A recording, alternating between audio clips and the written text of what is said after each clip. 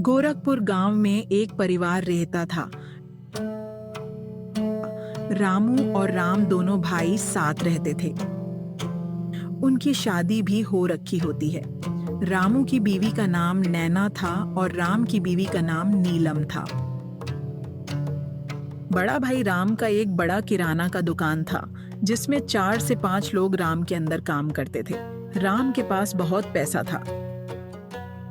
छोटा भाई रामू, जिसके पास कुछ नहीं था, बस कुछ जमीन था जिसमें रामू फसल उगाता था और उसी फसल को बेचकर अपना और अपने बीवी का गुजारा करता था।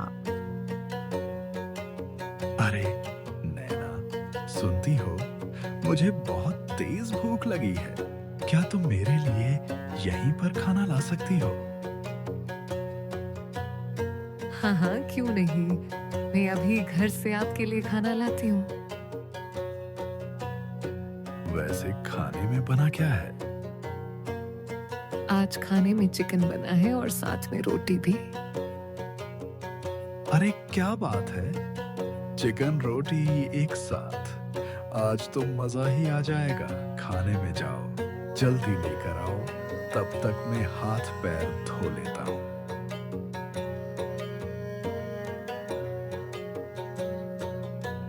रामू की बीवी नैना बहुत अच्छा खाना बनाती थी और यही देखकर राम की बीवी नीलम बहुत चिढ़ती थी नैना से।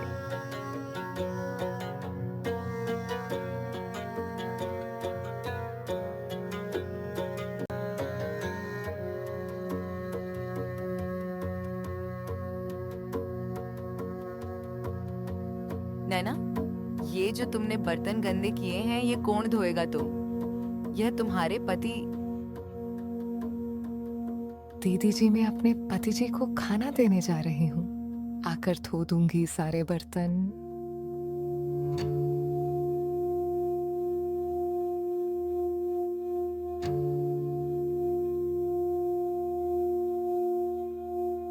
ये लो जी खाना, और बताओ कैसा लगा खाना?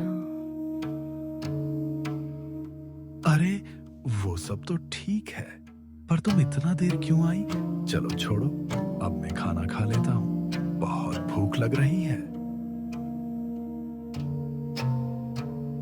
नैना घर चली जाती है और सारे गंदे बर्तन धोती है। नीलम को ये देखकर बहुत अच्छा लगता है। मैं तो चाहती हूँ कि ये इसी तरह रोज नौकरानी बन के रहे।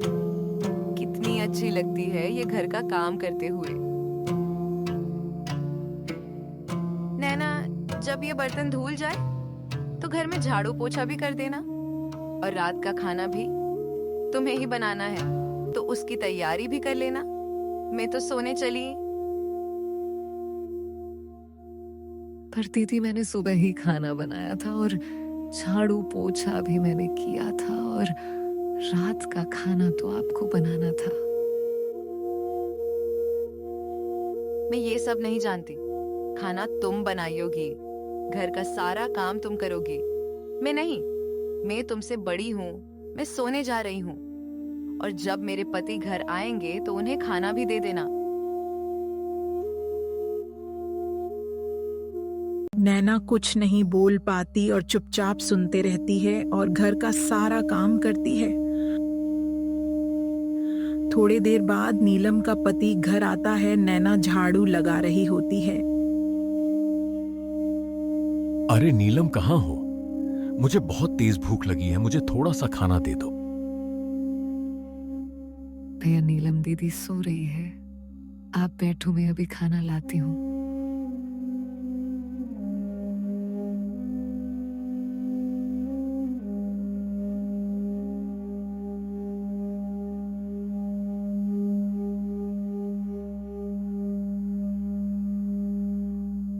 शाम हो जाती है। रामू अपने खेत से घर आ जाता है।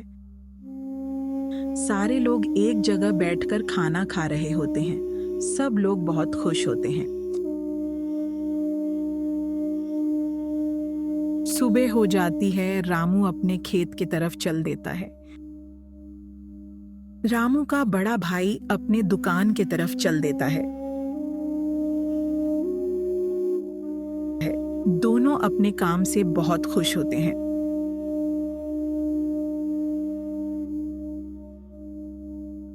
अरे आज तो बहुत अच्छा काम हुआ।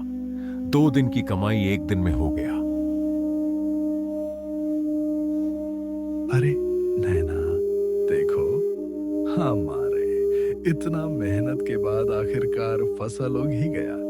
अब इसे बेचकर कुछ दिनों का राशन और कपड़े आ जाएंगे। सब कुछ अच्छा चल रहा था, सभी खुश थे। काफी समय हो जाता है।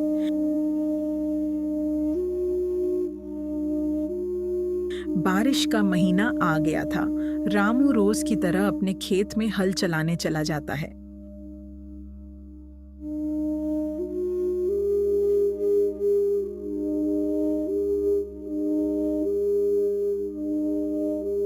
बारिश का महीना था। रामू के पास अपने दोनों बैल के लिए घर नहीं था।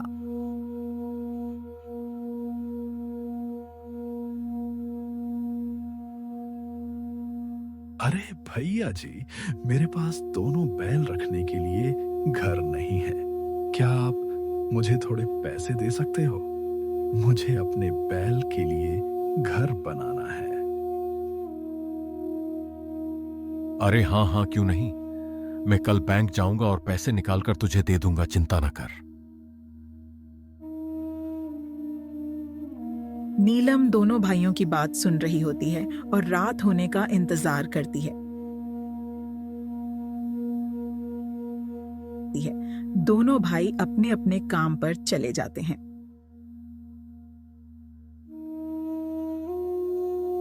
शाम हो जाता है, सब घर में होते हैं। रामू इंतजार कर रहा था अपने बड़े भाई का। बहुत देर हो जाता है, राम अपने दुकान से घर नहीं आता। अरे ऐसा क्या हो सकता भैया, अभी तक आए क्यों नहीं? बहुत रात हो गया है। चलो छोड़ो, पैसे सुबह ले लूंगा। अभी खाना खाकर सो जाता हूँ। इतना बोलने के बाद रामू और रामू की बीवी नैना दोनों खाना खाने लगते हैं और नीलम मन ही मन बोल रही होती है। हाँ हाँ, देख लो, जितने सपने देखना है देख लो। पैसे तो नहीं देने दूंगी मैं, चाहे जो भी हो जाए।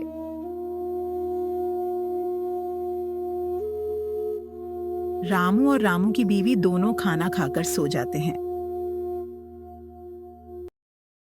थोड़ी देर बाद राम घर आ जाता है और अपने भाई रामू को बुलाने लगता है। तभी नीलम मना कर देती है। कोई जरूरत नहीं है रामू को पैसे देना, सब ढोंग है। किसी दिन तो वो ये घर भी मांगेगा, तो क्या तुम ये भी दे दोगे? अरे ये तुम क्या बोल रही हो रामू? मेरा छोटा भाई है। अगर मैं मदद नहीं करूंगा तो कौन करेगा? और ऐसे ही बारिश होती रही तो रामू के दोनों बैल मर सकते हैं। मुझे कुछ नहीं सुनना, मरता है तो मरने दो, लेकिन तुम पैसे नहीं दोगे। और अगर तुमने पैसे दिए तो मेरा मरा हुआ मुंह देखोगे। इतना बोलने के बाद नीलम सो जाती है। राम सोचने लगता है, मैं करूं तो क्या करूं?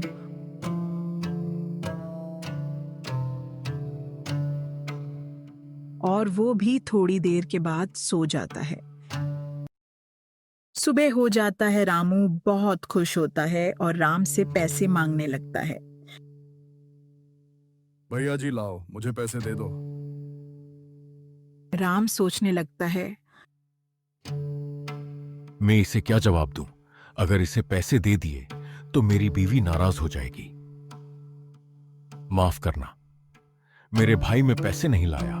मैं कल बैंक जाऊंगा, तब तुझे पैसे दे दूंगा। रामू नाराज हो जाता है और अपने बैलों की तरफ चल देता है। रामू जब पहुंचता है तब वो देखता है कि दोनों बैल बारिश के कारण मर गए थे। रामू रोने लगता है और रोते रोते घर चला जाता है। वो अपनी बीवी को सारी बात बताता है। अरे रोइए मत, मेरे पास कुछ पैसे हैं, उससे दोनों बैल तो नहीं आ सकते, लेकिन हम इन पैसों से दुकान खोलेंगे। इतनी बारिश में दुकान कैसे खोलेंगे और दुकान में क्या रखेंगे, उसमें बहुत पैसे भी खर्च होगा। हम एक ठेला लगाएंगे जिसमें राजमा, चावल, रोटी और बहुत अलग अलग तरीके का खाना बनाएंगे और ज्यादा पैसे भी खर्च नहीं होगा। जो घर में राशन पहले उसे बनाएंगे। रामू मान जाता है और दोनों सड़क के किनारे ठेला लगाते हैं। बहुत दिन हो जाता है पर दुकान पर ज्यादा लोग नहीं आते, बस रोज एक दो ही आते थे। रामू को कुछ समझ नहीं आ रहा था। अरे नैना, हमारे पास तो अब राशन भी नहीं बचा, बस एक दिन का है और पैसे भी नहीं हैं। अब हमारा क्या होगा? चिंता मत करो, ये बचा हुआ राशन भी पक्का देते हैं। भगवान ने चाहा तो जरूर लोग आएंगे, बस हार मत मानो। दोनों बचा हुआ राशन लेकर चले जाते हैं। बहुत समय हो गया था पर दुकान पर कोई नहीं आता। दोनों परेशान थे। थोड़ी देर बाद एक बुढ़िया आती है। वो रामू से खाना मांगने लगती है और बोलती है, बेटा मुझे थोड़ा सा खाना खिला दो, मैं बहुत दिन से भूखी हूँ, मेरे पास पैसे भी नहीं हैं। रामू बिना कुछ बोले उस बुढ़िया को खाना दे देता है। वो बुढ़िया खाना खाकर चली जाती है। थोड़ी देर बाद देखते ही देखते बहुत सारे लोग आ जाते हैं दुकान पर और रामू से खाना मांगने लगते। अरे भैया जी, जल्दी से एक प्लेट खाना दे दो, बहुत तेज भूख लगी है। भैया एक प्लेट मेरे लिए भी। रामू सबको खाना देता है। सब लोग रामू के पास खाना खा रहे होते हैं। बारिश हो रही होती और सारे लोग रामू की तारीफ भी करते हैं। अरे वाह भाई, क्या ही खाना था। मेरा तो पेट भर गया, लेकिन अभी भी खाने का मन कर रहा है। आप एक काम करो, 2 प्लेट पैक कर दो। शाम हो जाता है लेकिन फिर भी लोग आए जा रहे थे। थोड़ी देर के बाद रामू घर आ जाता है और रामू के पास बहुत सारा पैसा आ गया था। कुछ ही महीनों बाद रामू खुद का रेस्टोरेंट खोल लेता है। तो दोस्तों, हमें इस कहानी से ये सीख मिलती है कि हमें कभी भी हार नहीं मानना चाहिए।